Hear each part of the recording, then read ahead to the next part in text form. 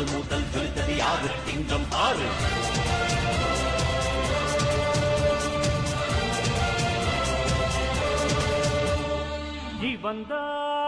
ஜீவன்தான் நாயகன் நாயகன் நாயகன் நாயகன்